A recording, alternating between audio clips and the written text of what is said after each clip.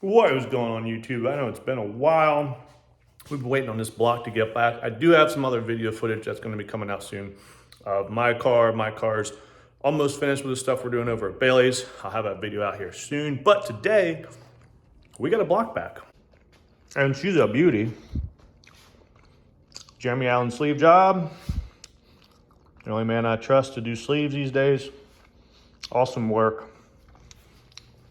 So this is going to be our 2.4 build. These sleeves are very strong. This is what I do in all my builds. And this should be a very nice street build for him. So today we're going to go ahead and get the crank cleaned up, and we're going to start measuring mains today. All right, we went ahead and placed a ACL and a king bearing in the number 1 and number 2. Number 1 and number 2 were extremely close. So what we're going to do is we got a micrometer, and we're going to go ahead and see what we get between the two different bearings. These are standard bearings, not the X. So we do not have that half a thou in there. All right, so we got 1 thou and 2/10 with an ACL, and we got 1 thou and 7 with a king. So am I gonna feel a little bit more better putting the 17 in over this 12? If this was like a 300-400 horsepower all the time style deal, I'd go with the 12. I mean, that's still plenty over what factory is, but the 17 will give us a little more wiggle room for a little more horsepower, and the 17 is still plenty of tightness for the oil pressure. So remember, guys, your mains is what gets fed first. So when your oil comes down through this crank, you know, all your mains are going to get fed first. So if you got a lot of bleed on your mains, which means you got too much clearance, then you're bleeding off a lot of that oil flow and pressure, and then your rods are not getting that pressure in that oil. So the mains, obviously you don't want them tight, but you can't have a lot of bleed on those mains, or you'll end up starving your rods. So remember that, guys. All right, final step is go ahead and put the bearing in that you want to go with, which is going to be our king standards. So we went ahead and put all kings in. We're going to slap the girdle back on, torque her back down. We're going to get all the measurements so that way you can write it down. And remember too, our crank's not perfect, but it's pretty close. I mean, there's 2/10. This is the half, and 2/10 from here. So what we went with the 160/62, and that way that gave us the 17. So if the bearings are the same, we'll actually have a little bit more on this one. We'll have 19 on this one. So because this is a bigger journal. So yeah, so go with your larger journal for your measurement. But what you can do also, you can zero this back out for each journal to get exactly the same, which we can do, or you can just do the math. It doesn't really matter. It's going to be the same. So we'll go ahead and drop the crank in then after we get all of our measurements. But before we do all that, something else we're going to have to do is with these 2.4s, you can see that Jeremy does have a program that notches these out a little bit, but I've experienced that this is still pretty close to the cylinder, and I'm not really a huge fan. And I have talked to Jeremy, and he said, well, go ahead. He says, I'll notch them to kind of give you a good idea, and then go in there and massage it a little bit more with a Dremel. So we're going to take a little bit more material out just to give it a little bit more wiggle room, because the 2.4 with the rod and how much angle it is, you can actually hit the cylinder wall. So you don't want that to happen. So we're going to massage that, which means lots of metal filings. We're going to have to go out, wash the block, do all that. It's a fun time, but hey, that's engine building. All right, so we went ahead and put a X on the ends, and it really opened it up, and I didn't like how much clearance we had there. So I'm gonna leave the standards in it. The number 1 and number 5 is a little tighter, but that's pretty normal. And for this build, I mean, we're only talking 500-600 horsepower. It's gonna live fine. Now, if this was the 1,000 plus 1,200 horsepower car, it'd be getting X's anyways, and that extra clearances will be fine because we run a pretty thick oil. But this is gonna run on like 1030 or 1040, and it's more of a street. So it's not gonna be full-blown drag race car, and that clearance will live fine. I mean, these motors live fine on factory clearances, and factory clearances are ridiculously tight. I'm talking ridiculously tight. So that'll work just fine. So we'll throw King standards in it. So next what we're gonna do is we're gonna go ahead and massage these sides out a little bit, make some metal filings, and then we're gonna wash the block. All right, block is clean. I oiled up the cylinders. So what we're gonna do now is we're gonna do a little wipe down with WD-40 again. And then we're gonna start our rings. So we got the top ring out and we're gonna start gapping these rings. I gotta figure out what I wanna target and go from there. We're gonna go ahead and test our bore piston to wall clearance. And 5 thou it is, guys, on the money. That's why I use Jeremy. 5 thou on every cylinder. Yes, sir. All right, guys, our rings are all done. Now we went with 22 and 24. Couple tips and tricks on the rings. So one is when you guys are grinding these down, you gotta make sure you get them flat. So you don't wanna grind on one end, like on an angle or like this. It needs to be flat or you're gonna get weird readings with your feeler gauges. So make sure when you're gapping rings that they're nice and flat. Also, you gotta make sure you clean them. So these are right out of the packaging, and these are rings, cleaning them with brake cleaner. So make sure you clean your rings. I'll clean them one more time before I put them on the piston as well. But also another thing, with these PVH rings, they don't really do this, but on the other style, older rings, when you would grind them, you could feel the tip and it would create a burr. These N50 PVH rings, for some reason, they don't do it.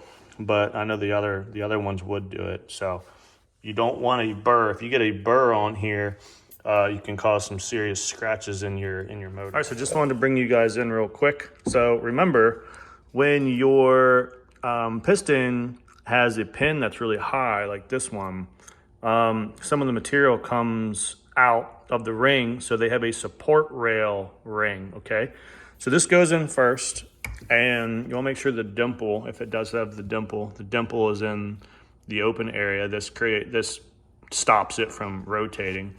And then your oil ring pack goes normal. So bottom support, center oil ring, and then upper support. So make sure you guys put your support ring ends. Make sure you put your piston pin in first before you do that, because you won't be able to get it in. Also, when you get your ring pack in, make sure it rotates, okay?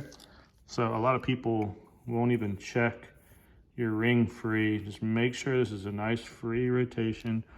Make sure your gaps are somewhat separated. Okay, so here and over here. And it's nice in movement. And with these rings, you gotta put this in first, because if you can see, it actually has, it's really hard to see on here, but see those little steps in the back? Well, the top and the bottom support rail kind of sit in those little steps. So this has to go on first. All right, we got some pistons and rod combos. Check it out. Looking good. It's gonna be a good piston rod combo for him. Nice H-beam, Trom pistons. These, I mean, I'd feel comfortable with this up to about 800 fly. Maybe even 1,000 fly, probably be fine. But yeah, I mean, this should be fine up to, you know, for what he's trying to do. He's probably going to be 500-600 area, but definitely, I mean, he could make more power if he wanted to without any worries of these rods. The rods are obviously going to be the weakest point. But again, I mean, these rods are pretty strong. They do have the 3/8 ARP, so they should be a pretty sturdy rod for him. Shouldn't have any issues. I mean, honestly, he had no issues with these. What he had issues with the pistons. We don't have any issues with these. We got 5 thou piston to wall.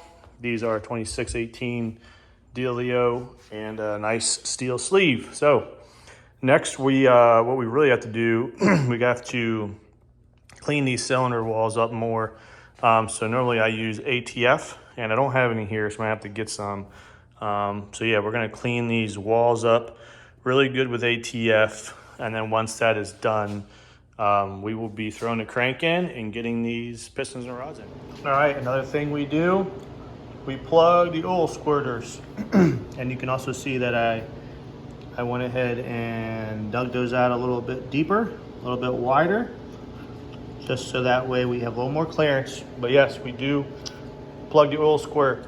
And a main reason we plug oil squirt is one, I know the other older piston styles, they didn't have this little cutout for the oil squirter and the piston comes too far down and it'll hit. But Trom does make clearance these, so you can use the oil squirters if you want.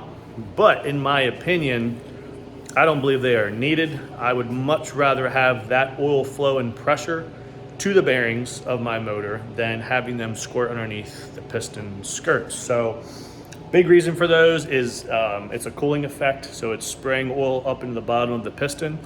It's able to cool the piston down. Also, I mean, I guess you can also say it lubricates a little bit, but there's enough lubrication in there that that's not needed. It's mainly for a cooling effect of the piston. And for me, if you're going to say you're going to road course the car and you're going to be going, you know, really high RPM, a lot of power for multiple miles, yes, oil squirter is a great investment. For street strip drag racing, it's not needed. I'd much rather have that oil pressure and that oil flow to the bearings versus cooling a piston down. These pistons won't get that hot. We have fuel to bring the piston temperatures down. We're not gonna run a ton of timing. We're not gonna run a ton of power.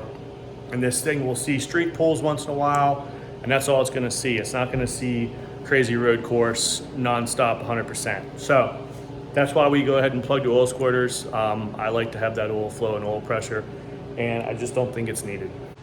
All right, we're back out here and we got some ATF. So what we need to do is ATF these cylinders. So why do I use ATF? So ATF is a really good cleaning agent to get out the rest of the gunk out of these cylinder walls. And this is overlooked. Guys putting together motors, maybe just brake clean or wash them out or air dry them or whatever, blow them out with air.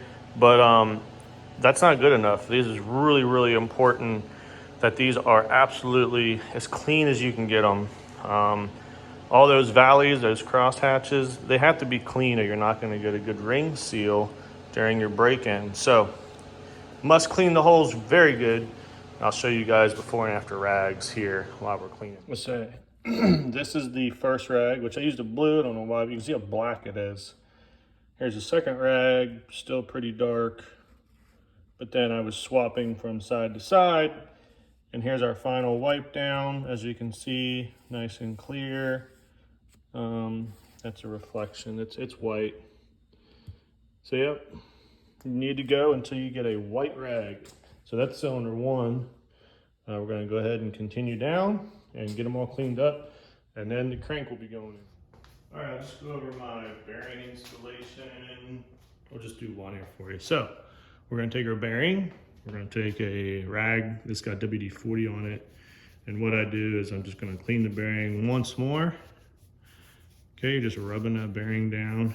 I use WD-40 because it also acts as a little bit of a lubricant so that it goes down into the girdle good. I also clean this area out real good. Again, using the WD-40 so it's nice and slick. And then go ahead and throw your main in. Also make sure that when you slide it in there, wipe these ends off because sometimes you'll get a little bit of a coating build up that'll scrape off. And you don't want anything getting in between there because that can affect how the bearing crushes with the top bearing. So make sure that's good and clean.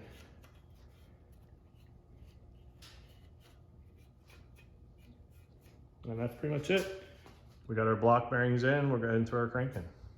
I use Max Tough Roll Purple assembly. I just use it honestly because I like the squirt bottle. Any assembly lube works. Once this runs out, Most likely I'll just be putting in some Brad Penn 70 weight oil, and that will do just fine.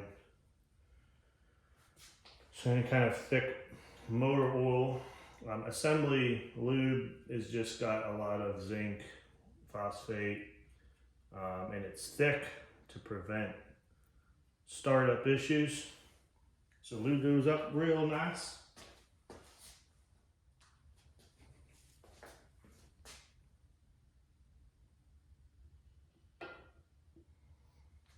There she is. Go ahead and get your seal evenly lined up. There we go. And she's in. That's it, guys. All right, next is going to be throwing in our thrust bearings. Now, with some WD-40 first. Remember, guys, the cuts go towards the crank, okay? Towards the crank. Yeah, let me do this right. Here we go, towards the crank.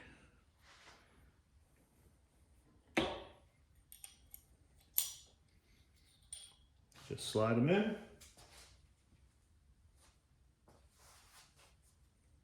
Same with the other side.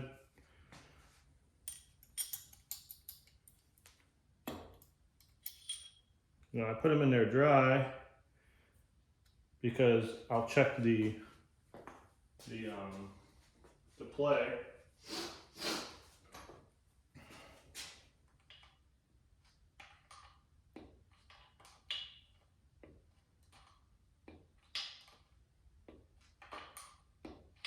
All right, that feels good.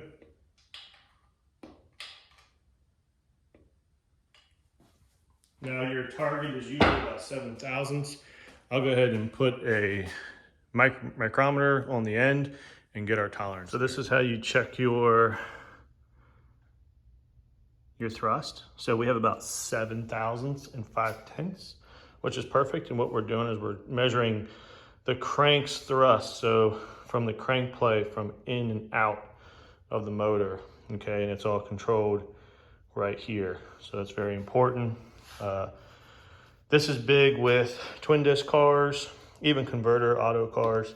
You can wipe your thrust out if you have too much converter pressure, or on a twin disc car, if you have too much pressure on this, or say your pedal stop's not correct, you're putting a lot of pressure on the crank, you can wear this thrust out and you can do a lot of damage. So, but we have good thrust there, so we are good to continue. We're gonna go ahead and lube up the top, and we're gonna get the girdle. All right, we got cranked in, we torqued our mains down, and then you always wanna make sure you give her a spin and everything feels real nice. Now, if you're using a thick assembly lube like I am, and if it's a little chilly out, it's gonna have some resistance. It's gonna feel a little thick, okay? That's that nice assembly lube you got, but it's nice and smooth. You don't hear anything. There's no binding or nothing like that. So you are good to go. All right, we went ahead and we lubed up this cylinder wall with oil, okay? You gotta lube up the cylinder walls with oil. You can see my hand, it's completely covered. And then the next thing you're gonna do is you're gonna do the same thing on the piston. So that you can't see what's going on. I'm just putting a little bit of oil in my hand. And I'm gonna go ahead, and the main part is gonna be your skirts, okay? You get your skirts, and then I just kind of go around the ends, and I just kind of dab, okay? So everything's nice and coated, okay? You need that. And then what you can do is you can orientate where you want your rings to go. Remember, intake, exhaust, so make sure that you're putting your piston in the correct way. Right now, we can tell that, you know, intake is that way for the INT on the piston, as you can see. Exhaust is towards me. So what I like to do is I like to put my top ring to my intake and my bottom ring 180 degrees the other way. So I have my top ring kind of caddy corner off that valve. You don't want it in the center here, okay? This is not a good place to put it. So I kind of put it kind of to the valve, and then you can see on this guy, got my scraper on the opposite end down here. All right. I already placed my oil control rings caddy corner, so there, and the other one's on this side. Okay, so move that just a hair, and then once you got it into the bore with your cylinder compression ring, you got to check again. Make sure you lube up your bearing, of course. That's a given. All right, now I also make sure it's clean. And all you gotta do is just stick that on top, like that. Then next we drop this, make sure you're getting on it. Start the process of putting it in. And then, all right, we're gonna have to knock her in a little bit.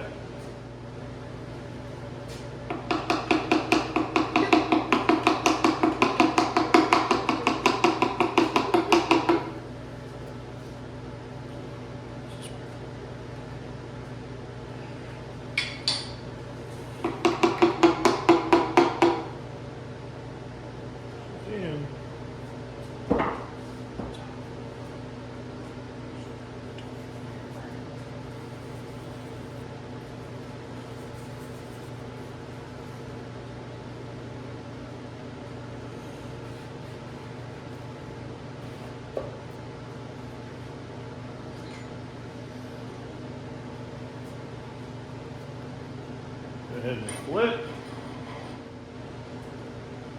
Remember, tang to tang, tang to tang.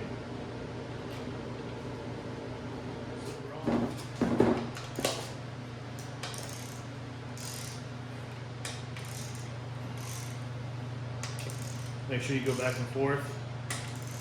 All right.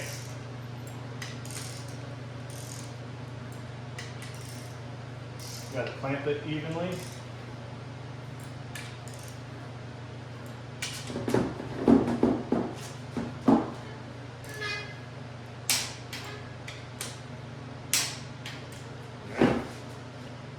There's 50 foot. And then go ahead and rotate.